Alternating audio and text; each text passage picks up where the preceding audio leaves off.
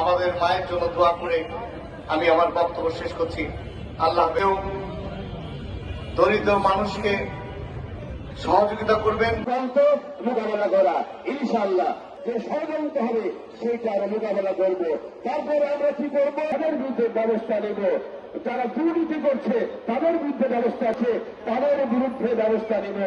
আমি এই আজকে দোয়া মাহফিলে সঞ্চালক দায়িত্ব এই দোয়া মাহফিলে প্রধান অতিথি হিসাবে রাজশাহী মহানগর বিএনপির আহ্বায়ক, আমাদের থানার নেতৃবৃন্দ, ওয়ার্ডের নেত্রীকে, যে সারা বাংলাদেশের মানুষ রাজশাহী মহানগরবাসীর প্রিয় সন্তান, আমাদের সাধারণ সম্পাদক, আমাদের অত্যন্ত জনপ্রিয় অ্যাডভোকেট জনাব ইরশাদ আলী সাহেব, সকল থানা, সকল ওয়ার্ডের বর্তমান এবং সাবেক নেতৃবৃন্দ, শ্রদ্ধেয় রাজশাহীবাসী,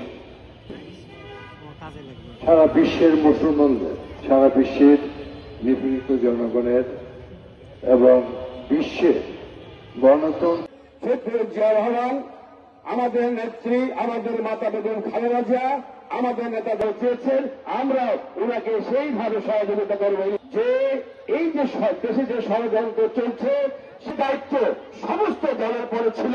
তো একে অপরের সহজে বাইরে আমার কোনো ঠিকানা নাই। আজ সারা বিশ্ব দেখছে বেগম খালেদা জিয়া আমাদের মাঝ থেকে হারিয়ে দিলেও কিন্তু সারা বিশ্বের মানুষ তাকে চিরদিনই স্মরণ করবে। ইতিহাসের সর্বোচ্চ স্তরে বেগম খালেদা জিয়ার নাম ইনশাল্লাহ স্থান পাবে। তার সততা, তার দক্ষতা, তার দেশ পরিচালনা করা, কারোর প্রতি শত্রুতা নয়, সবাইকে নিয়ে একসঙ্গে বাংলাদেশকে গড়ে তোলা। এই অসীম ধৈর্যশীল মহিলা আমাদের মা, আমাদের নেত্রী বেগম খালেদা জিয়া।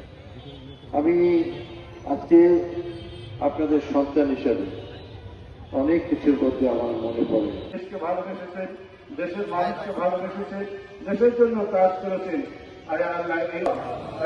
দেশের জন্য শহীদ প্রেসিডেন্ট জিয়াউর রহমান অনেক কিছু মাকাম দান করেন। আল্লাহ তাদের সন্তান আমাদেরকে তাদের মত এবং পথ হয়ে যায় মাওলা। আল্লাহ দেশের উন্নয়নের জন্য যারা কাজ করবে এমন ব্যক্তিকে দেশকে সব ধর্মস্থ থেকে হেফাজত করে মাওলা। আল্লাহ বিশেষভাবে দেশকে তুমি হেফাজত করে মাওলা। আল্লাহ হিন্দুকে তোমার দিনের জন্য কবুল করে নাও।